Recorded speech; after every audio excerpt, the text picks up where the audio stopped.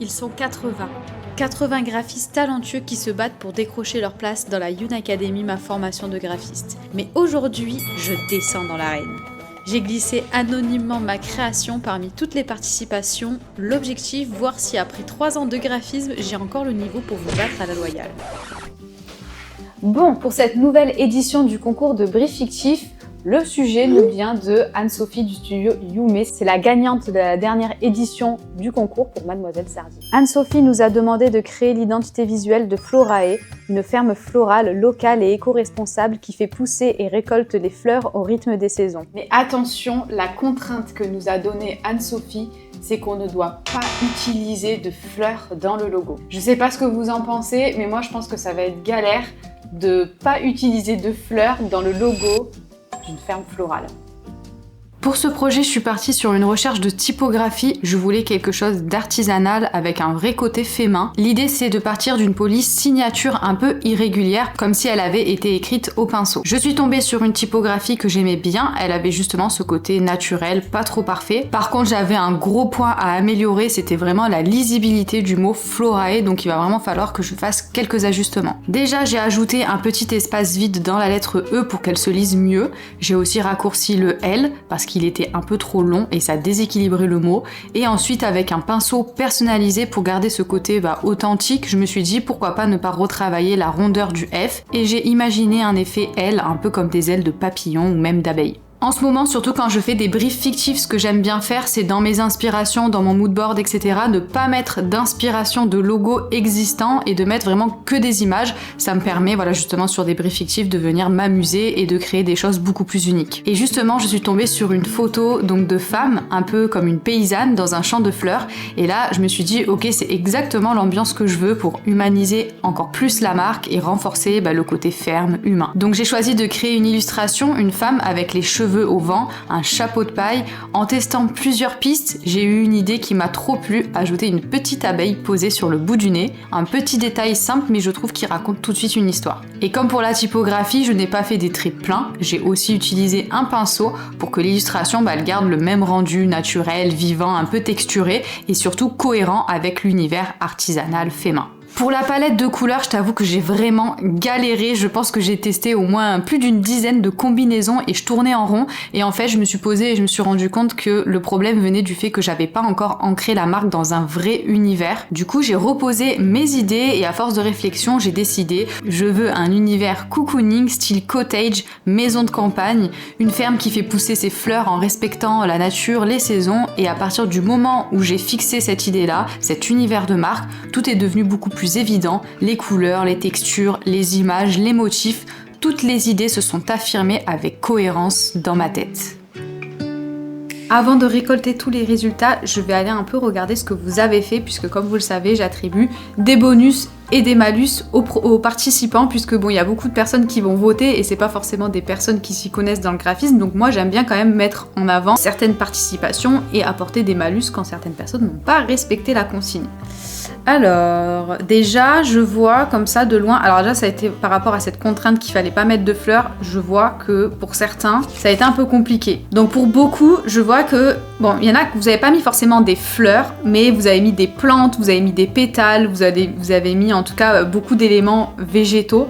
Et je trouve ça un peu dommage parce que la contrainte qu'on avait, c'était vraiment de pas mettre de fleurs et j'aurais aimé que vous alliez encore plus loin et que vraiment vous omettiez complètement toute cette partie végétale, parce que qu'est-ce qui différencie vraiment une fleur d'une plante, de feuilles, enfin voilà, j'aurais aimé, et j'en vois beaucoup avec des feuilles, donc je sais pas si dans votre tête vous vous êtes dit c'est pas des fleurs, ou si vous vous êtes dit allez ça passe, je sais pas. Petit malus à tous ceux qui ont mis des pétales, des feuilles, etc., qui ont mis trop d'éléments végétaux. Parce que c'était ça la contrainte, passer le message d'une marque autour des végétaux, mais sans en mettre. Aussi, j'aime beaucoup, là je vois, pas mal de participants donc, qui ont utilisé des outils. Ça, c'est quelque chose que justement j'aurais aimé que vous fassiez. Au lieu d'utiliser l'élément principal, donc la fleur, essayez de voir autour de la marque qu'est-ce que la marque utilise, donc des outils, etc. Donc franchement ouais, j'aime beaucoup. Il y en a qui ont mis des arrosoirs, il y en a qui ont mis voilà, plein d'éléments comme ça, une serre. Je trouve ça hyper intelligent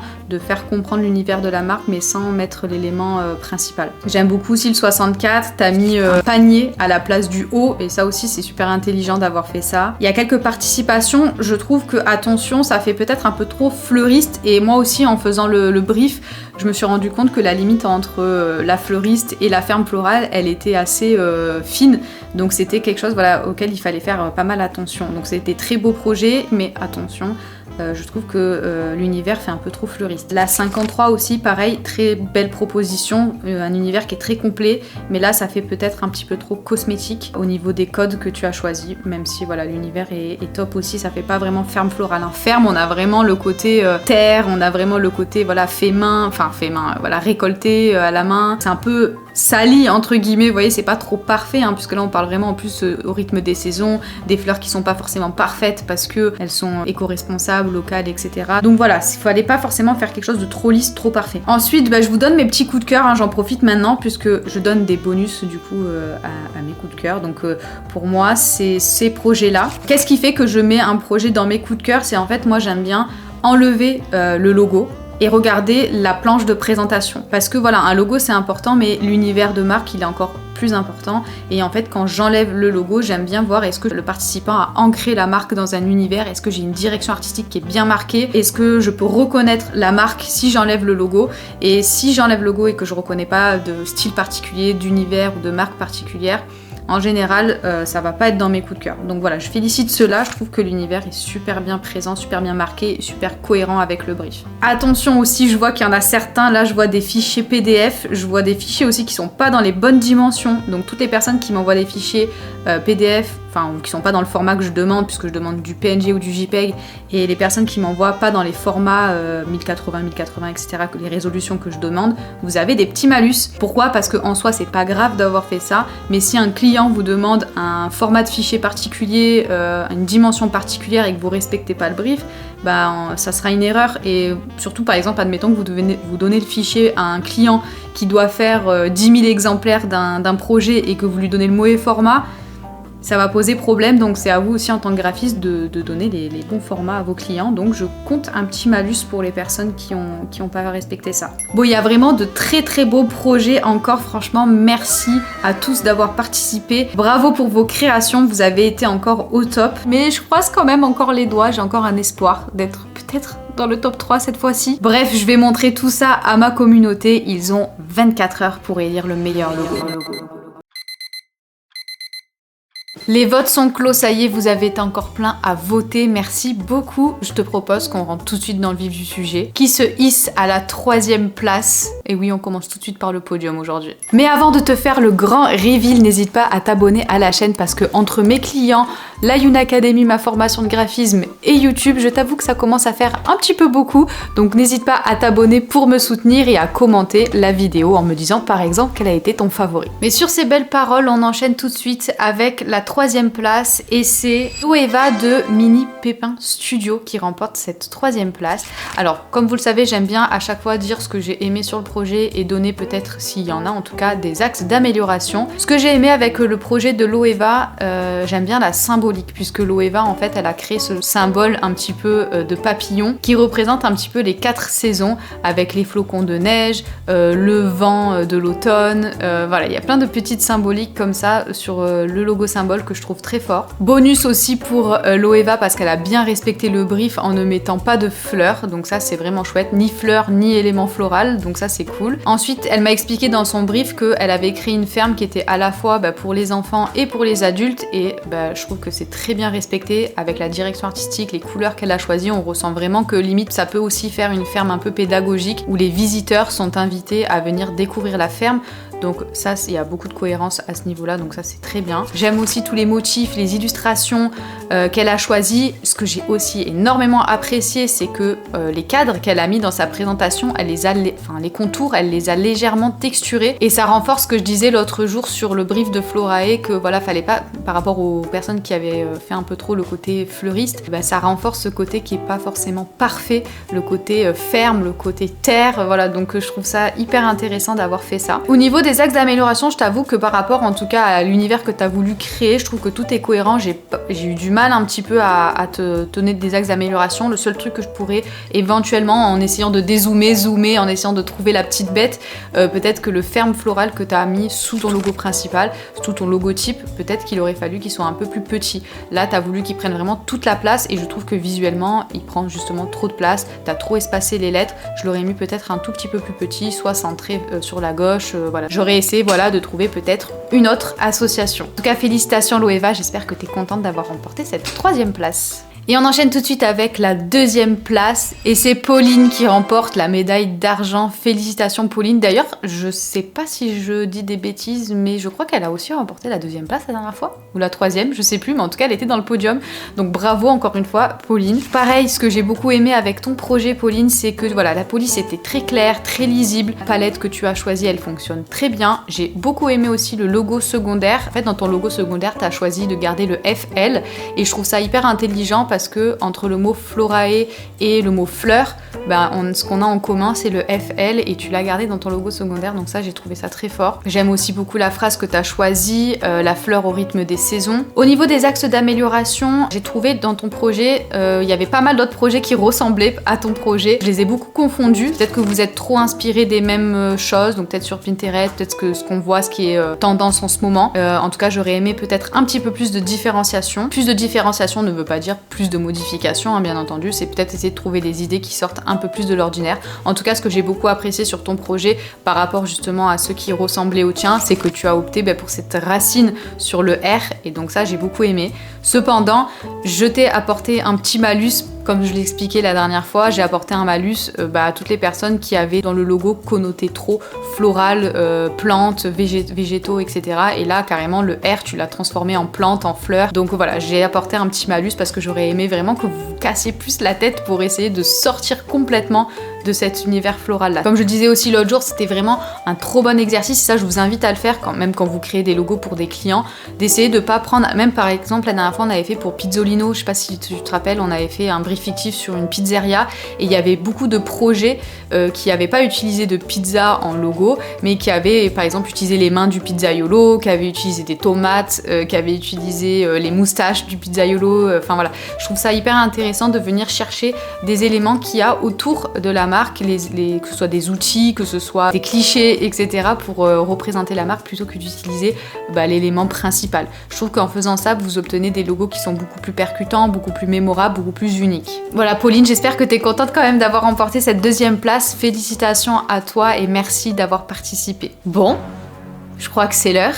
de vous révéler qui a gagné le concours, ce nouveau concours de brief fictif, qui a gagné le concours de Florae, qui a fait la meilleure création, le meilleur logo. Je fais un peu de suspense et c'est Lola. Bravo Lola. Donc c'est Lola de Mifta Studio qui remporte la 1re place, j'espère que t'es contente. Elle faisait partie de mes coups de cœur, si tu te rappelles, c'était quand? Hier, avant-hier, je vous ai donné mes coups de cœur, elle faisait partie de mes coups de cœur, donc je suis très contente qu'elle ait remporté cette place. Elle avait d'ailleurs participé à Pizzolino, le projet que je vous parlais juste avant, elle avait déjà participé à celui-là et elle faisait déjà partie de mes coups de cœur la dernière fois et je crois, si je dis pas de bêtises, qu'elle avait atteint la 3e place, ou enfin bref, en tout cas elle était arrivée dans les tops, donc bravo, je suis très contente. Et ce que j'ai beaucoup aimé avec le projet de Lola, c'est comme je vous expliquais avec mes coups de cœur, quand j'enlève le logo principal, enfin le logotype de Lola, je rentre vraiment dans un univers. J'aime la palette de couleurs qu'elle a choisie, les images qu'elle a choisies, les mock-up, etc. Tous les petits assets qu'elle a créés autour de la marque. Si j'enlève le logo, je comprends que je rentre dans un univers. Je m'imagine vraiment rentrer dans la ferme, que la marque en fait, la ferme florale, elle puisse créer plein d'éléments de communication, un compte Instagram, un site internet et j'arrive vraiment à me projeter dans l'univers. J'ai pas 1 milliard d'informations, elle a choisi une direction artistique et elle s'y est tenue et je trouve le résultat hyper professionnel, hyper propre, vraiment félicitations. Je trouve que tout ce qu'elle a choisi, les éléments qu'elle a décidé d'ajouter, les modifications, il n'y a pas de modifications juste pour faire des modifications, tout a un sens, tout se relie à la même direction. J'aime aussi même le nom des couleurs qu'elle a marqué pour sa palette de couleurs, pollen, etc. Enfin, même ça, c'est hyper raccord avec l'univers qu'elle a créé avec la marque, l'univers de la marque, donc bravo, félicitations. Au niveau des axes d'amélioration, la seule chose que je pourrais te donner, c'est que tu as choisi d'écrire Local and Handpicked en anglais. Et je trouve ça un peu dommage parce qu'on est sur une marque locale, on est vraiment sur quelque chose donc de français en France, d'après l'adresse que tu as mise sur ton élément de communication, c'est en France. Donc je trouve ça dommage d'avoir utilisé l'anglais, pousse le truc local à fond en restant français et en gardant ça. Bon, c'est vraiment un petit détail. Mais voilà, pourquoi pas, pour rester encore plus cohérent, n'utiliser que le côté français, local, proximité. Voilà Lola, j'espère que tu es contente d'avoir remporté cette première place. Encore une fois, j'ai trop hâte que tu viennes nous rejoindre dans la Youn Academy. Bon, merci à tous encore une fois d'avoir participé à ce concours. Franchement, ça me fait trop chaud au cœur et j'aime trop à chaque fois voir toutes ces participations au même brief. Bon, même si ça pique un petit peu pour l'ego parce qu'encore une fois, je suis pas arrivée dans le top 3. Mais c'est pas grave, j'ai pas dit mon dernier mot et peut-être que pour le prochain brief, j'arriverai enfin à atteindre ce top 3. Et si ça t'a toi aussi donné envie de participer, de tenter ta chance pour remporter ma formation de graphiste, la Youn Academy, ou si tout simplement tu veux venir te challenger, c'est cette fois-ci Camille du studio Camomille qui a remporté le dernier concours de Maison Neva qui nous propose le prochain brief. Donc Camille nous a demandé de créer l'identité visuelle pour Échappée Belle, une agence de voyage, et cette fois-ci, on vous laisse carte blanche. Vous pouvez faire absolument tout ce que vous voulez. Donc lâchez-vous, surprenez-nous. Je te laisse aller voir en description si tu veux plus d'informations sur le brief et si tu veux savoir comment m'envoyer ton projet puisque ça change un petit peu pour ce nouveau brief. Le compte à rebours est lancé, vous avez un mois pour m'envoyer tous vos projets. Moi je retourne travailler parce que j'ai atteint la 5e place, donc je pense que j'ai encore du travail. On se dit à la semaine prochaine pour une nouvelle vidéo. Bye!